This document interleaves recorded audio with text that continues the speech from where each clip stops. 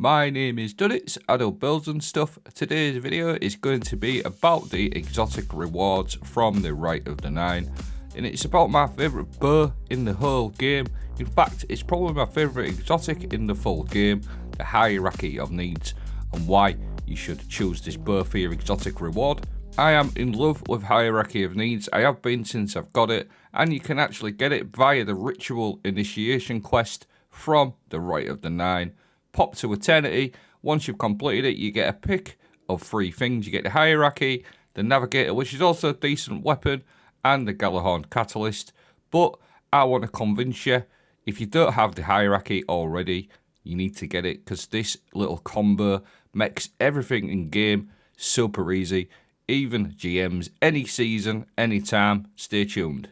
So, the hierarchy of needs, it is a solar exotic bow, 7 to 56 rounds per minute, and it's got the perk on there, guidance ring, precision hits and final blows, build guidance ring energy, opposing guardians grant additional energy, at full charge you hip fire it, and this creates a guidance ring. It's also got the perk on there, Apollonic Tangent.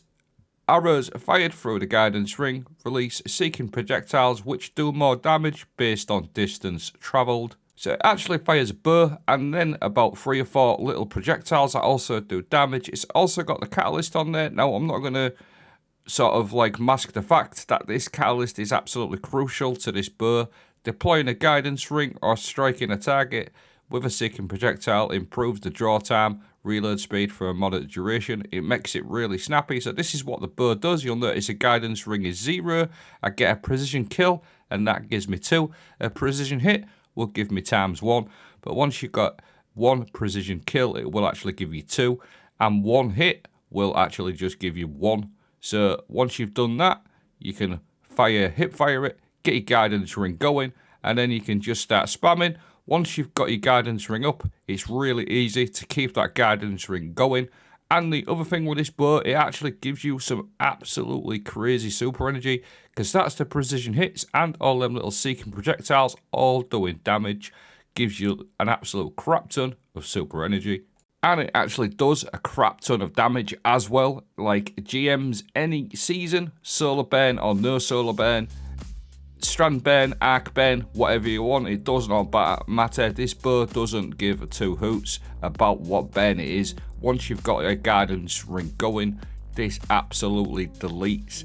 Now, because we've got loads of super energy going, one of the pairings that work really nicely is the Phoenix Protocol. Kills and assists while you're standing in your well. Returns super energy. If you pair that up with the bow super energy that you get, it's just an absolute joke. You'll notice I've got my no super there.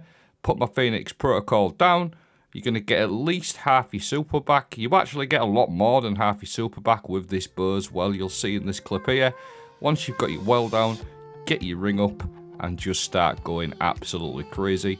Giving your teammates Radiant 25% and a bit of healing on tap as well. And you can just literally just destroy anything in game. Like I said, any GM, whatever you want, anytime, it just absolutely destroys. And you'll see here, look again, I've only just popped my well down and I've got 95% of my super back, and then it's just a case of getting a few more precision hits or getting out another solar weapon, something like Speleologist or a solar rocket launcher, and just to top it off just like so. It's just absolutely nuts. Now what you can do is while you're inside of your Well of Radiance, you can add in Ember of Combustion, final blows with a solar super, cause targets to ignite. And because you're standing inside of your well and you're running a solar bow, solar weapon, this will also cause targets to ignite as well. So it's really cool little synergy. It's something I've covered on the channel a couple of times over the last 3 years. But if you're running this type of build, you may as well get Ember of Combustion on. Take advantage of their ignitions with Ember of Char to make your ignitions spread scorch to affected targets. Also Ember of Eruption to make your ignitions have an increased area of effect. Also added Ember of Ashes to improve the scorch stacks, and you're going to like an ignition machine.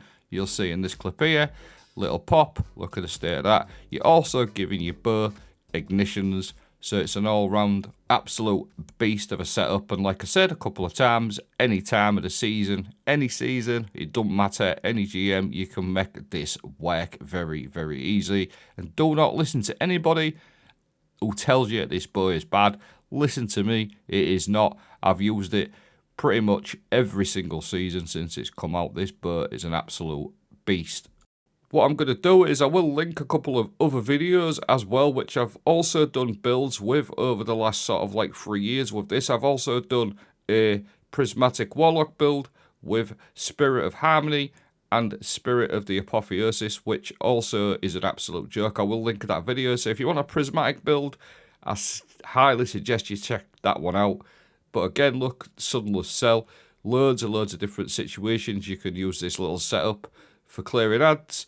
You can also use this for a DPS option as well, because Hierarchy of Needs is one of the highest DPS primary ammo weapons in the game. I'm not saying it's the best for DPS, but you could pair it up with something like an Envious Arsenal rocket launcher as well. But that's the video. Let me know what you think. I hope you found this helpful. Have a great day.